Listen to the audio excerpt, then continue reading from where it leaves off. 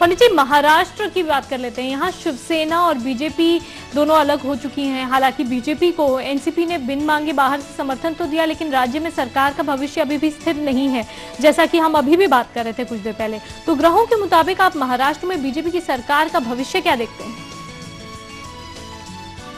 चांदनी जी, हम इस विषय के ऊपर पिछले कम से कम 8 कार्यक्रमों में इसका निवारण इसके बारे में बात कर चुके हैं। इस विषय को बार बार हमने यही कहा कि यहां पर अस्थिरता कायम रहेगी।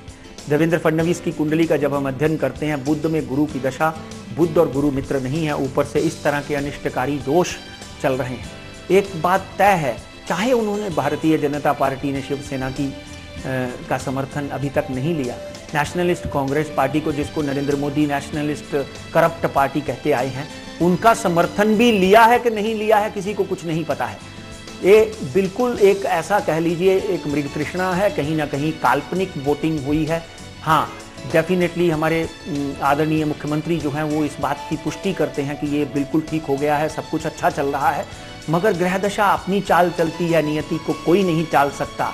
इस सरकार में अस्थिरता, असुरक्षिता अभी तक कायम है। विरोधी अपना स्वर रोज उठाएंगे, उठाते रहेंगे।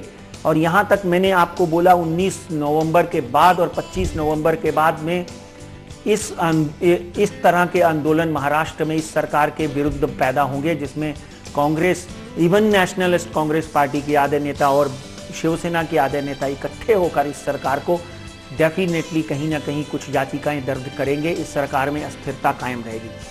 और काम क्यों नहीं अच्छा हो सकेगा? क्योंकि जब आप अस्थिर हैं, जब आप असुरक्षित हैं, जब आपको पता है कि आप 3 टांगों वाली कुर्सी पे बैठे हैं, तो क्या काम कर पाएंगे? आपको तो हमेशा यही ध्यान में रहेगा कि कहीं मैं गिर ना जाऊं।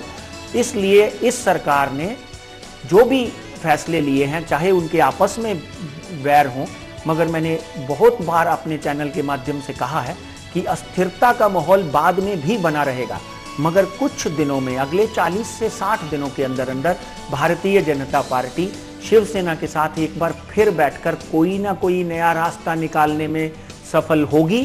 वो होगी कब होगी?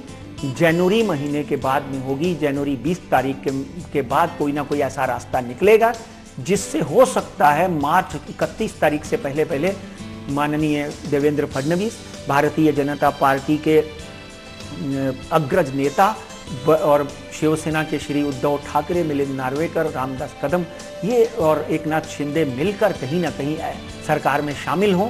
ऐसा मेरा भविष्य, ये मेरी प्रेडिक्शन ये है कि 31 मार्च से पहले पहले महाराष्ट्र को अल्पमत की सरकार से बाहर निकलकर बहुमत की सरकार की मिल सकती है। इस बात में कोई दो राय नहीं। मगर आने वाले दिनों में कहीं ना कहीं अगर ये बात नहीं होती है तो अगले साल से 1.5 साल में, ये बात ध्यान से सुनने वाली है, अगले साल से 1.5 साल में महाराष्ट्र में चुनाव होने के योग बनेंगे, जिसमें कांग्रेस और नेशनलिस्ट कांग्रेस पार्टी फिर सत्ता पर काबिज हो सकती हैं। क्योंकि इस वक्त अगले साल का राजा शनि है और मंत्री मंगल है, जो भारतीय जनता पार्टी के लिए डेफिनेटली कुछ ना कुछ बुरी खबर लाकर सामने कर सकता है। इसलिए अगर अभी नहीं तो मार्च से पहले पहले इसका निवारण कर लेना, मैं ज्योतिष के माध्यम से सलाह देता हूं मैं आपको। जी।